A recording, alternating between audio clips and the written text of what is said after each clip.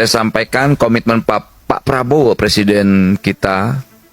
Beliau menyampaikan secara tegas, saya tidak mau pemerintahan saya dikotori oleh para garong APBN dan APBD awal sebelum pelantikan menteri. Kedua, dia pertegas lagi itu hambalang retreat. Jika tidak ada yang sepakat dengan gagasan saya, lebih baik mundur sebelum dilantik. Lanjut lagi Ririt Magelang, dia pertegas lagi. Dia persilahkan kalau menteri dan wamennya tidak sepakat dengan pilihan-pilihan politiknya hari ini terkait kesejahteraan rakyat, yaitu dalam memberantas korupsi, silakan juga mundur. AISS, we had Defense Forum, so he's a very faithful supporter of the art of defense diplomacy. It's a delight that we have him here to deliver a special address, and I'd invite him to take the podium and speak in the special address to the 21st Shangri-La Dialogue. Bapak Prabowo. Thank you very much.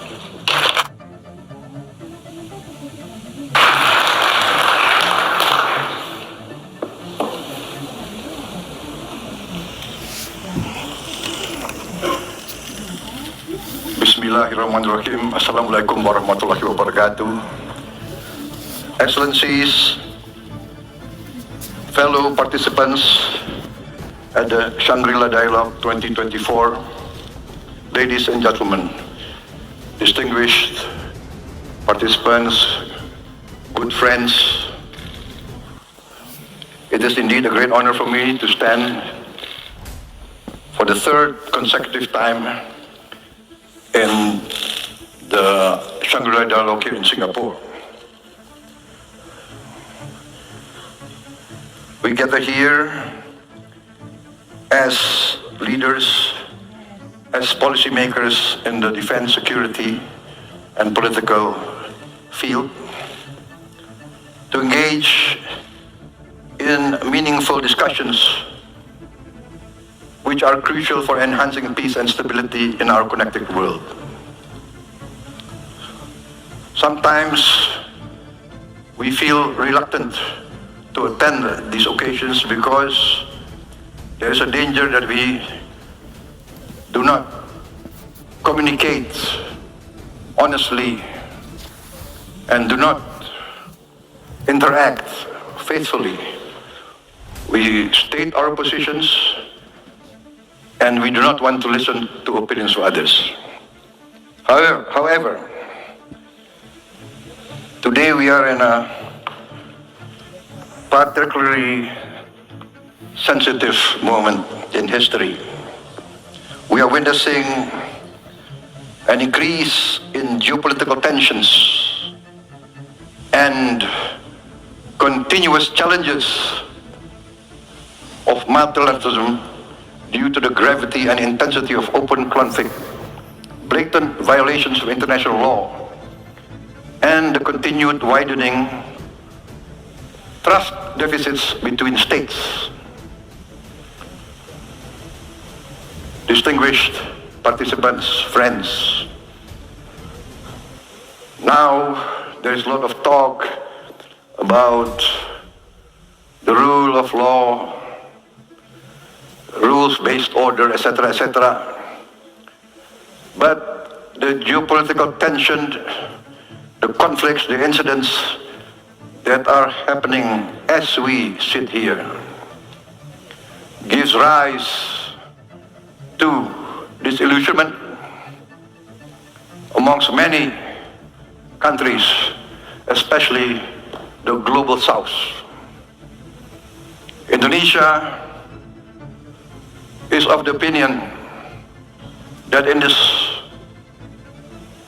world of ours that's getting smaller and smaller, collaboration, cooperation, compromise, respect for the national interest, the core concerns of others are very important in pursuing peace, security, stability, and prosperity. We are convinced that only dialogue and cooperation can be the effective tools for achieving these goals in our planet, which in reality has become smaller and smaller. Collaboration is the only way to achieve prosperity and harmony.